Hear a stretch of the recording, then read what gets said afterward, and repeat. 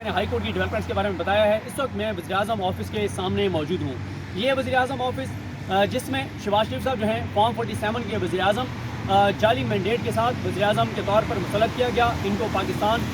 میں انہوں نے پہلے بھی پاکستان میں 18 ماہ کی حکومت میں تباہی اور بربادی لے کر آئے، ایک مرتبہ پھر پاکستان پر یہ مسلط ہوئے ہیں، اور اللہ کی ذات بہتر جانتی ہے کہ کس طرح کی اور تباہی اور بربادی پاکستان میں آنے والی ہے، مہنگائی کی صورت میں، ناانصافی، ظلم، جبر ستم کی صورت میں۔ کیونکہ آپ یہ دیکھیں کہ چچا بھتیجی دونوں ایک پیج پر ہیں۔ ادھر بھتیجی نے یہ کیا کہ پرامن احتجاج کرنے والوں پر دہشت گردی کے مقدمات بنا دیے، گرفتاریاں کروائیں۔ ادھر شہباز شریف صاحب نے جو کل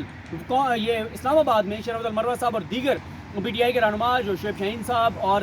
یہ سب عامر مغل صاحب اور یہ سب جو ہیں جو احتجاج میں شامل تھے، ان پر دہشت گردی کے کیسز بنا دیے گئے ہیں۔ یعنی پاکستان کے آئین میں جو پرامن احتجاج کا حق دیا گیا ہے وہ حق سلب ہو گیا ہے، اور وہ جو بابر اعوان صاحب کہا کرتے ہیں کہ پاکستان سرزمین بے آئین بنا دیا گیا ہے، وہ بالکل درست ہے۔ یعنی آئین میں دیے گئے حقوق کسی صورت میں لوگوں کو نہیں مل رہے۔ اب مسئلہ یہ ہے کہ آج وفاقی کابینہ نے حلف اٹھا لیا ہے، یعنی یہ جو وزیراعظم آفس میں بیٹھے ہیں شہباز شریف صاحب، ان کا مینڈیٹ جعلی، جو اس کے ساتھ سپریم کورٹ سے آگے بلڈنگ ہے جو قومی اسمبلی اور سینٹ قومی اسمبلی میں بیٹھے ہوئے اراکین اسمبلی کی اکثریت کا مینڈیٹ جعلی، ان کے حلف جھوٹے۔ اس کے ساتھ ایوان صدر ہے، ایوان صدر میں بیٹھے ہوئے جو آصف علی زرداری ہیں، ان کا بھی مینڈیٹ جعلی اور غیر آئینی، غیر قانونی، اور بالکل ایک بھونڈے انداز سے اور مینڈیٹ کو ذبح کر کے ان کو بھی جو ہے وہ صدر بنایا گیا ہے۔ اور پھر اسی طرح سے اگر آپ اس کے جہاں پہ میں کھڑا ہوں، میرے سامنے یہاں پہ الیکشن کمیشن آف پاکستان ہے، یہ ساری کارستانیاں، یہ ساری وارداتیں اس عمارت میں بیٹھی ہوئی شخصیات کی ہوئی ہیں، اور اس کے ساتھ پرائم منسٹر آفس کے ساتھ جو ہے وہ سپریم کورٹ آف پاکستان ہے، اور جو سپریم کورٹ آف پاکستان ہے اس نے بلے کا نشان لیا، لیول پلینگ فیلڈ نہیں دی، اور بیوروکریٹس کو بطور آر او بحال کیا۔ اس سارے میں تو یہ جو 4 5 6 عمارتیں یہاں پہ ایک دوسرے کے ساتھ آمنے سامنے ہیں یا قریب قریب ہیں، انہی عمارتوں نے پورے پاکستان کے فیصلے کیے ہیں۔ اب آ جائیں کہ جو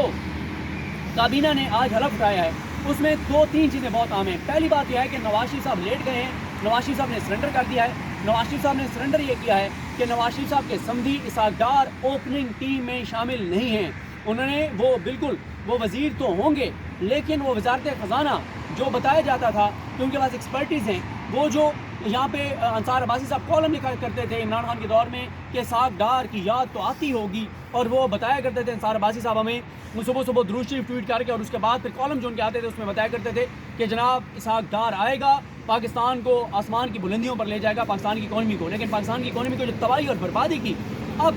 اسحاق ڈار کو وزیر خزانہ نہ بنا کر عمران خان کے ان دعووں پر مہر ثبت کر دی گئی ہے، تصدیق مہر ثبت کر دی گئی ہے کہ پاکستان کی اکانومی کی تباہی کا جو مرکزی کردار ہیں وہ اسحاق ڈار ہیں۔ عمران خان جو ہیں وہ جہاں پہ معاشی اشاریے چھوڑ کر گئے تھے، آج معاشی اشاریے دیکھیں شہباز شریف کے دور کے اور اس کے بعد کے، تو زمین آسمان کا فرق ہے۔ اگر آپ اس میں دیکھیں کہ جو عمران خان کے دور میں جو ڈالر کا ریٹ تھا،